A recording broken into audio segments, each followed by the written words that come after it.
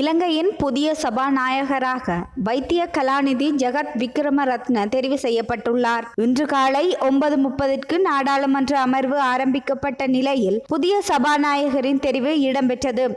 In terms of Article 64(3) of the Constitution of the Democratic Socialist Republic of Sri Lanka and Standing Orders 2 and 4 of the Parliament will now proceed to elect the Speaker. I request that a name of a Member of Parliament be proposed. இதன்போது பிரதமர் ஹரிணி அமரசூரியாவால் புதிய சபாநாயகர் தெரிவிற்காக புலனறுவை மாவட்ட MP ஜகத் விக்ரமரத்னவின் பெயர் முன்மொழியப்பட்ட நிலையில் ஏகமனதாக இத்தெரிவானது இடம்பெற்றது. பிட்டிய ගෙදර Wanigasuriya Mudiyanselage Jagath Wickramaratne Member of Parliament for the office of Speaker of the 10th Parliament. Could somebody second this proposal? ගරු නියෝජ්‍ය කතානායකතුමනි, 10 වෙනි පාර්ලිමේන්තුවේ කතානායක ධූරය සඳහා ගරු පාර්ලිමේන්තු මන්ත්‍රී ඉඩම් පිටියේ ගෙදර වනිගසූරිය මුදියන්සලාගේ ජගත් වික්‍රමරත්න මැතිතුමා සුදුසුයයි ගරු අග්‍රාමාත්‍ය විසින් කරන ලද යෝජනාව මම ස්ථිර කරමි. இதனைத் தொடர்ந்து அரசியலமைப்பு மற்றும் நிலையியற் கட்டளைகளுக்கு அமைய புதிய நாடாளுமன்ற உறுப்பினர்களின் பதவி பிரமாணம் இடம்பெற்றது. இதன்போது புதிய ஜனநாயக முன்னணி கட்சியின் தேசிய பட்டியல் நாடாளுமன்ற உறுப்பினராக வைசர் முஸ்தபா சத்திய பிரமாணம் செய்து கொண்டுள்ளார்.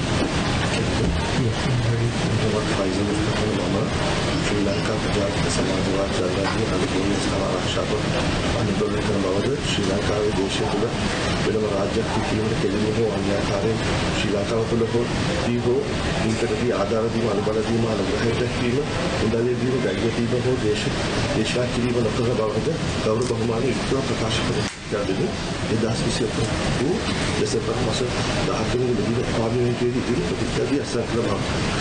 இதேவேளை ஐக்கிய மக்கள் சக்தியின் தேசிய பட்டியல் நாடாளுமன்ற உறுப்பினர்களாக மனோ கணேசன் மனோகணேசனாகினால் இலங்கை ஜனநாயக சோசலிச குடியரசின் அரசியலுக்கு உறுதியாக பொறுப்பை காப்பேன் என்றும் இலங்கையின் மறுபொழுப்புக்குள்ளாக தனது அரசொன்றை ஸ்தாபிப்பதற்கு நேரடியாக உரிமைகளோ அல்லது இலங்கையிலோ அல்லது இலங்கைக்கு வெளியோ ஆதரவளிக்கவோ ஆக்கமளிக்கவோ ஊக்குவிப்பதற்கோ நிதியுதவிக்கு பரிந்துரைக்கவோ மாட்டேன் என்று பயபக்தியுடன் வெளிப்படுத்தி உறுதி சத்தியம் செய்கிறேன். சுஜீவ சேனசிங்க සුජීව සේනසිංහ නමම ශ්‍රී ලංකා ප්‍රජාතන්ත්‍රික සමාජ ජනරාජ්‍ය ආණ්ඩුක්‍රම ව්‍යවස්ථාව ආරක්ෂා කරන කරනවාද ශ්‍රී ලංකාවේ දේශය තුළ වෙනම රජයක් පිහිටුවීමට කෙලින්ම අන්‍යාකාරයකින් ශ්‍රී ලංකාව තුළදී හෝ ප්‍රති ආධාර දීම අනුබල දීම අනුග්‍රහය දැක්වීම උදා දෙවීම ධෛර්යය දීම උපදේශනා කිරීම කරන බවට ගෞරව බහුමාන යුක්තව ප්‍රකාශ කරනවා. முகமட் முத்து ஸ்மாயில் முகமட் ஆகியோரும் நாடாளுமன்ற உறுப்பினர்களாக சத்திய பிரமாணம் செய்து கொண்டனர். இஸ்மாயில் முகமது ஆகிய நான் இலங்கை ஜனநாயக சோசலிச குடியரசின் அரசியலமைப்பை உறுதியாக போற்றி காப்பேன் என்றும் இலங்கையின் ஆட்புலத்துக்குள்ளாகி தனி அரசொன்று ஸ்தாபிப்பதற்கோ நேரடியாகவோ மறைமுகமாகவோ அல்லது இலங்கையிலோ அல்லது இலங்கைக்கு வெளியிலோ ஆதரவு அளிக்கவோ ஆக்கமளிக்கவோ ஊக்குவிப்பு அளிக்கவோ நிதி உதவோ ஊக்குவிக்கவோ பரிந்துரைக்கவோ மாட்டேன் என்று பயபக்தியுடன் வெளிப்படுத்துவதை சத்தியம் செய்கிறேன். யாழ்ப்பாண மாவட்டத்தில் எலிக்காய்ச்சலினால் 85 பேர் இதுவரை பாதிக்கப்பட்டுள்ளதாக யாழ்ப்பாண பிராந்திய சுகாதார சேவைகள் பணிப்பாளர் வைத்திய கலாநிதி ஆறுமுகம் கேதீஸ்வரன் தெரிவித்துள்ளார். இவர்களில் 21 பேர் பருத்தித்துறை ஆதார வைத்தியசாலையிலும் 11 பேர் யாழ்ப்பாண போதனா வைத்தியசாலையிலும் சிகிச்சை பெற்று வருகின்றனர். கடந்த 24 மணி நேரத்தில் பருத்தித்துறை ஆதார வைத்தியசாலைக்கு 9 நோயாளர்களும் யாழ்ப்பாண போதனா வைத்தியசாலைக்கு 4 நோயாளர்களும் புதிதாக அனுமதிக்கப்பட்டுள்ளனர். இந்நோய் வராமல் தடுப்பதற்காக விவசாயிகள், மீன்பிடி தொழிலாளர்கள், சுத்திகரிப்பு தொழிலாளர்கள் போன்றோருக்கு தடுப்பு மருந்துகள் வழங்கும் பணிகள் இடம்பெற்று வருகின்றன என்பதனையும் அவர் தெரிவித்துள்ளமை குறிப்பிடத்தக்கது. இந்தியாவின் பாதுகாப்பிற்கும் பிராந்தியத்தின் ஸ்திரத்தன்மைக்கும் பாதிப்பை ஏற்படுத்தும் வகையில் இலங்கை மண்ணை ஒருபோதும் பயன்படுத்த இடமளிக்க போவதில்லை என ஜனாதிபதி அனுரகுமார திசநாயக்கா இந்திய பிரதமர் நரேந்திர மோடியிடம் தெரிவித்துள்ளார். நேற்றைய தினம் இந்தியாவிற்கு விஜயம் மேற்கொண்ட போதும் இந்திய பிரதமர் நரேந்திர மோடிக்கும் இலங்கை ஜனாதிபதி அனுரகுமார திசநாயக்கிற்கும் இடையிலான கலந்துரையாடலிலேயே மேற்கொண்டவாறு கூறப்பட்டுள்ளது. இந்திய அபிவிருத்தி ஒத்துழைப்பை தொடர்ந்து முன்னெடுக்கும் வகையில் அனுராதபுரம் புகையிரத பாதை கட்டமைப்பு மற்றும் காங்கேசந்துறை துறைமுக புனரமைப்பு என்பவற்றுக்கு உதவி வழங்குவது தொடர்பிலும் இதன்போது நீண்ட கலந்துரையாடல் இடம்பெற்றுள்ளது. தீவிரம் அடைந்து வரும் எலிக்காய்ச்சல் அபாயம் பற்றிய கள உத்தியோகத்தர்களுக்கான விழிப்புணர்வு கலந்துரையாடல் பிரதேச செயலாளர் சி சத்யசீலன் தலைமையில் நேற்று திங்கட்கிழமை பருத்தித்துறை பிரதேச செயலகத்தில் இடம்பெற்றது. எலிக்காய்ச்சல் தொடர்பான தற்போதைய நிலைமைகள் பற்றியும் மக்களுக்கான விழிப்புணர்வு நடவடிக்கைகள் பற்றியும் இக்கலந்துரையாடலில் கூறப்பட்டது. இதில் ஒரு நாள் காய்ச்சலாக இருந்தாலும் உடனடியாக வைத்தியசாலைக்கு வந்து பரிசோதனைகளை மேற்கொள்ள வேண்டும் எனவும் ஆலோசனை வழங்கப்பட்டுள்ளது. இந்த கலந்துரையாடலில் யாழ் மாவட்ட பிராந்திய சுகாதார சேவைகள் பணிப்பாளர் வைத்திய கலாநிதி ஆ. கேதீஸ்வரன், பருத்தித்துறை ஆதார வைத்தியசாலை தொற்று நோயியல் பிரிவு நிபுணர், பருத்தித்துறை பிரதேச சுகாதார வைத்திய அதிகாரி, கால்நடை வைத்திய அதிகாரி, பருத்தித்துறை நகர சபை பிரதேச சபை, வல்வடித்துறை நகர சபை அதிகாரிகள், பொது சுகாதார பரிசோதகர்கள், கள உத்தியோகத்தர்கள், கிராம உத்தியோகத்தர்கள் என பலரும் பங்கேற்றிருந்தமை குறிப்பிடத்தக்கது.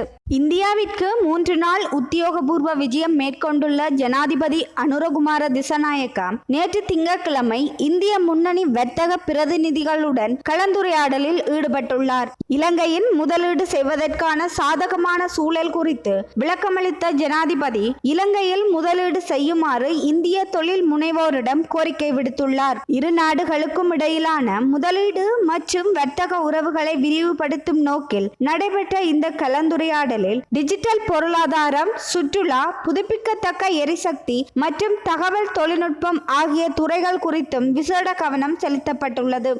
சபாநாயகர் பதவி விலகியது போன்று பார் பெர்மிட் வழங்குவதற்காக சிபாரிசு செய்தவர்களும் பதவி விலக வேண்டும் என இலங்கை தமிழரசு கட்சியின் முன்னாள் பாராளுமன்ற உறுப்பினர் M.A. சுமந்திரன் தெரிவித்துள்ளார். சபாநாயகரின் பதவி விலகல் தொடர்பில் ஊடகவியலாளர் எழுப்பிய கேள்விக்கு பதிலளிக்கும் போதே அவர் இதனை கூறியுள்ளார். சபாநாயகர் கலாநிதி பட்டம் தனக்கு இருக்கின்றது, அதனை தற்போது நிரூபிக்க முடியாது என்பதால் பதவி விலகுவதாக அறிவித்துள்ளார். அது நல்லதொரு விடயம், அதை நான் வரவேற்கின்றேன். இதே போன்று மற்றவர்களும் மற்றும் சில விடயங்களுக்காக விலகுவார்களாக இருந்தால் அதுவும் நல்ல விடயம்தான். ஒவ்வொரு இடங்களிலும் நிறைய பார் பெர்மிட் கொடுக்கப்பட்டுள்ளது என்று அரசு அறிவித்துள்ளது. அதை சிபார்சு செய்தவர்கள் யார் என்ற தகவல் இன்னும் வரவில்லை. அந்த தகவல் வருகின்ற போது சிபார்சு செய்தவர்களும் சபாநாயகர் பதவி விலகியமை போன்று விலக வேண்டும் என கருத்து தெரிவித்திருக்கின்றார். நடைபெற்று முடிந்த